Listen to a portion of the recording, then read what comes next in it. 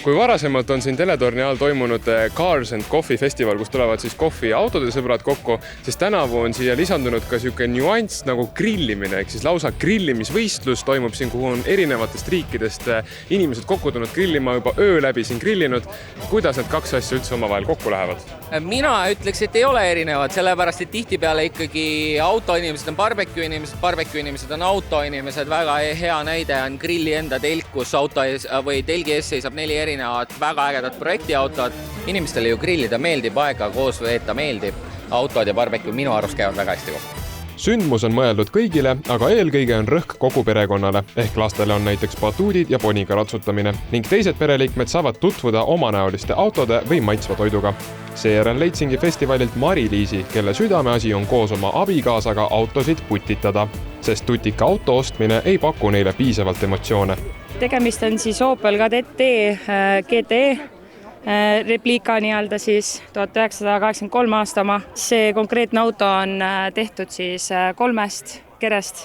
See on nüüd 3. viimane tuli Kambias siin. 2 aastaga siis saime ta selliseks siin laste kõrvalt, et 3 mootoris kokku pandud.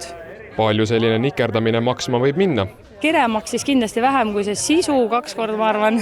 Ja kõik muu ma arvan ka, et ütleme siuke ikka tuhandetes. Et valmis auto oleks saanud odavamalt. Kahju pole veits? Ei, kindlasti mitte.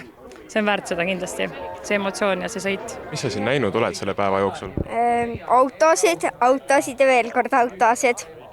Mis sulle autode juures kõige rohkem meeldib? Need on nii ägedad ja ilusad. Teletornis käisid täna, kas sa kõrgust ei karda või?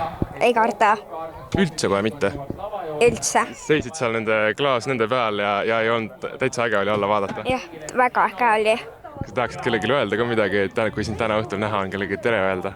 Tere, vana asja!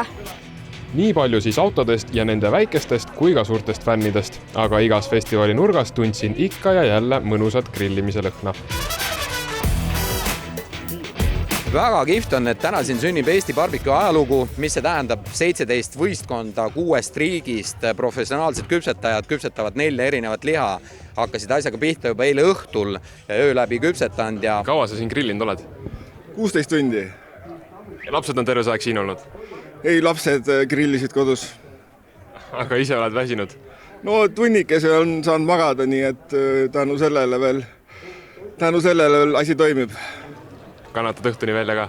No elame-näeme, aga peab pidama. Platsi peale jõudsime 3 ja ahjud läksid siis poole tunni pärast tööle ja põhimõtteliselt 3:30 saadik siin niimoodi juba aktiivselt tegutsenud. 3:30, kell on praegu 12. Kas ei ole saanud puhata?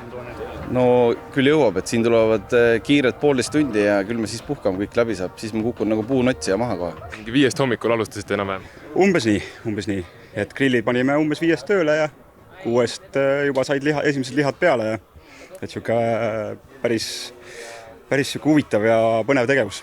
Aga jõudu jaksu veel on, et ära väsinud ei ole? Ei, võiks veel panna õhtuni välja, nii et pole üldse küsimust. Nii, aga ma siis kohe prooviks järele, mis sa ütleks, mis siin kõige parem on? Kindlasti võta seda kaela.